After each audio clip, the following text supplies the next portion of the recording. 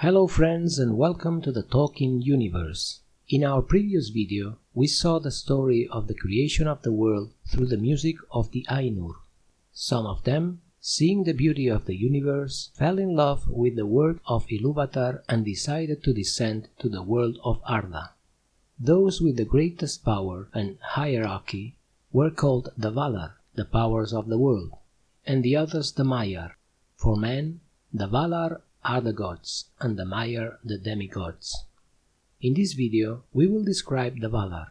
There are 14, 7 Valar, the male ones, and 7 Valir, the female ones.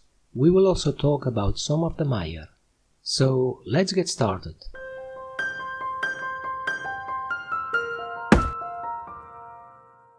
The 7 Valar in order of power are Manwë, Ulmo, Aule, Orome, Mandos, Lórien and Tulkas, and the Valir are Varda, Yavanna, Nienna, Este, Vaire, Vana and Nessa.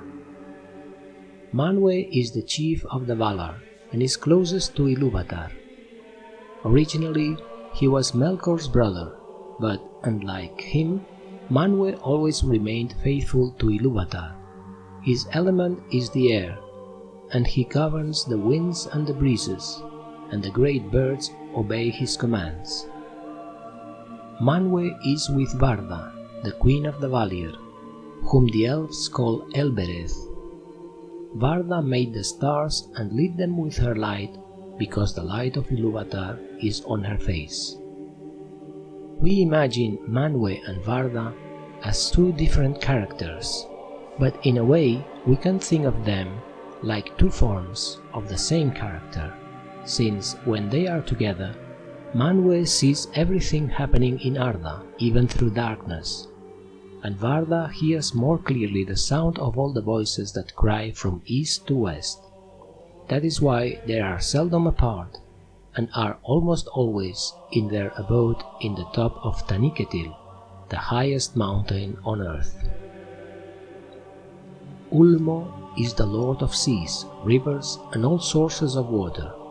Of the 7 Valar, he is the only one who is alone. His appearance can be terrible, as he shows himself as a giant wave that could flood the earth. That is why the children of Ilúvatar fear him. But Ulmo loves elves and men, and never forsakes them, even when they are under the wrath of the Valar. He doesn't live long in the same place.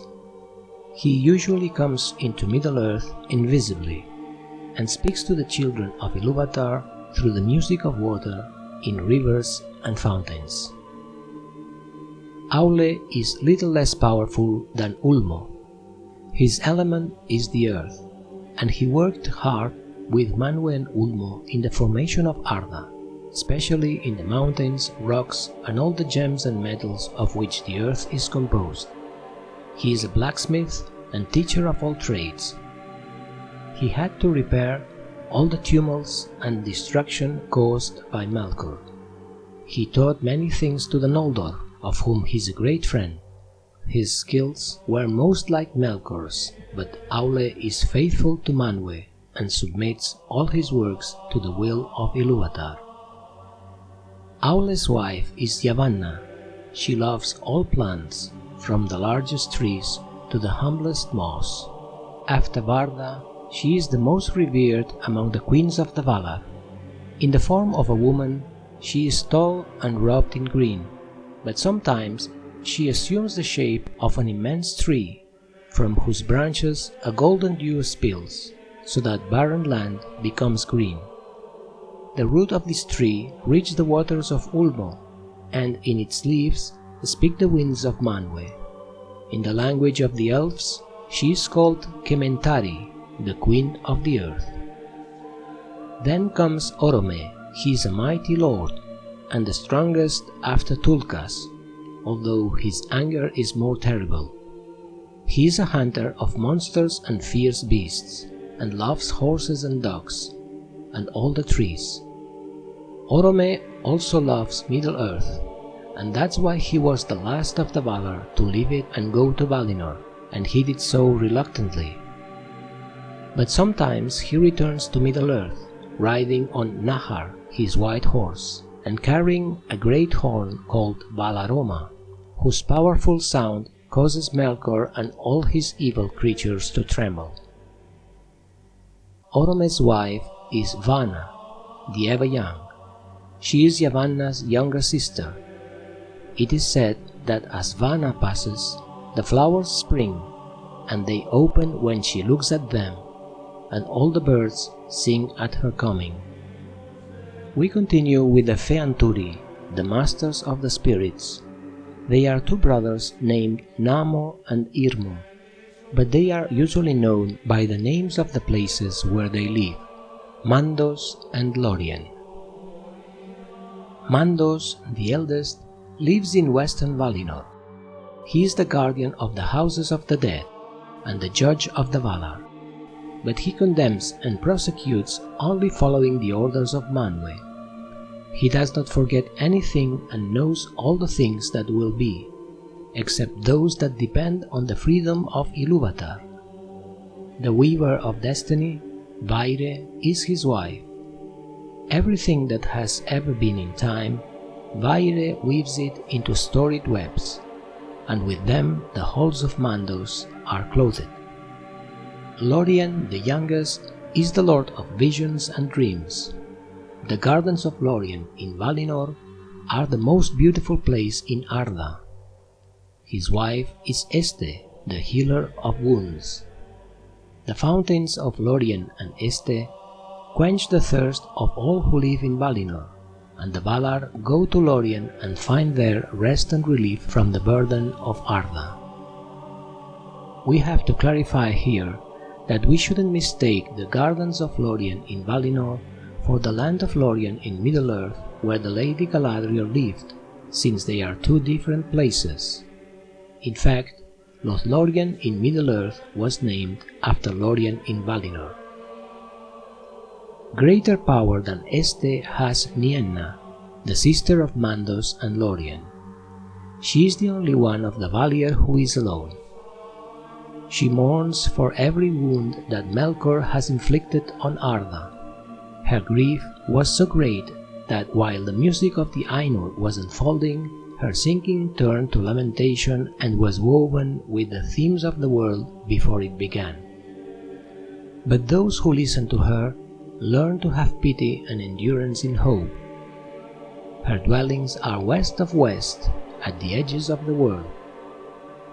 Nienna is rarely seen in the city of Valma, where everything is joy. She goes rather to the halls of Mandos, her brother, and all those who wait there cry to her as she strengthens spirits and turns pain into wisdom. The windows of her house look outward from the walls of the world. Tulkas is the strongest and is also called Astaldo. He was the last to come to Arda to help the Valar in their wars against Melkor. He loves fighting and does not ride a horse, since he runs faster than all the creatures that go on feet, and he never gets tired. He has golden hair, and his weapons are his hands. He is even stronger than Orome, and, unlike him, Tulkas laughs while fighting. He is not a good counselor, but a great friend. His wife is Nessa, Orome's sister, and she is also lithe and fleet-footed. She loves deer, and they go after her when she enters the White Lands, but Nessa can outrun them. She delights in dancing on the evergreen meadows of Valinor. So these are the 14 powers of the world, the Valar and the Valir. And although they all have great power, 8 of them, the so-called Aratar, are mightiest. These Aratar are, in order, Manwe and Varda, Ulmo, Yavanna and Aule, Mandos, Nienna and Orome.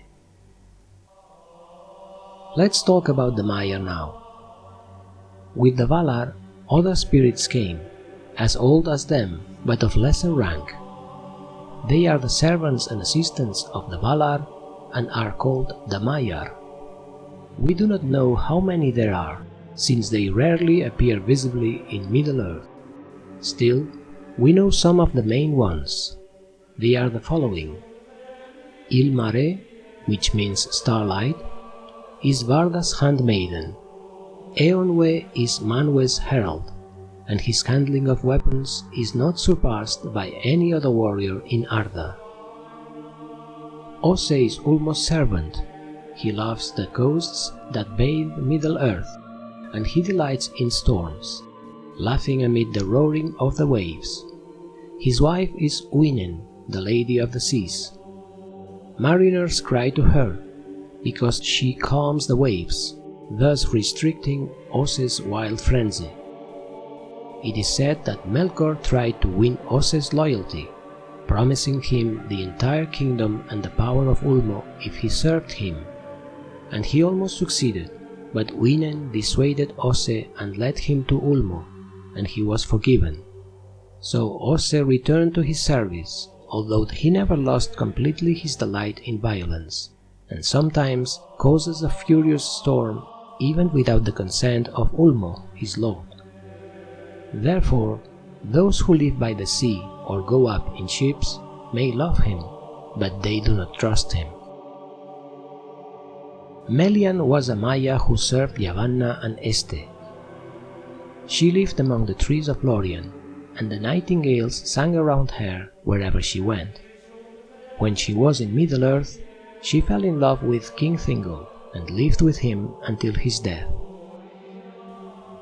The wisest of the Maiar is Olorin. He also lived in Lorien, although he is sometimes related to Manwe.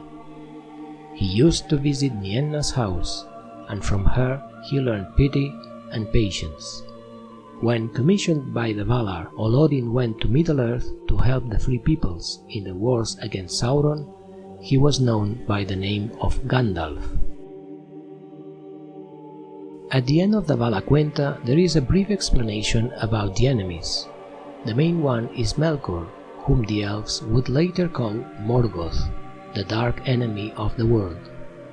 He possessed great power, but used it for his evil purposes, and lavished his strength on violence and tyranny, because he coveted dominion over the whole kingdom of Arda. He became so arrogant as to despise all beings other than himself, and turned into a shameless liar. But he was not alone, because among the Maiar many were attracted by his splendor in the days of his greatness, and remained with him down into his darkness. And he corrupted others, and attracted them with lies and treacherous gifts. Terrible among them were the Valaraukar, the scourges of fire, that in Middle-earth were called Balrogs, demons of terror. And as for his servants, the cruelest was Sauron, who had a part in all the deeds of Melkor, and was only less evil than his master in that for a long time he served another and not himself.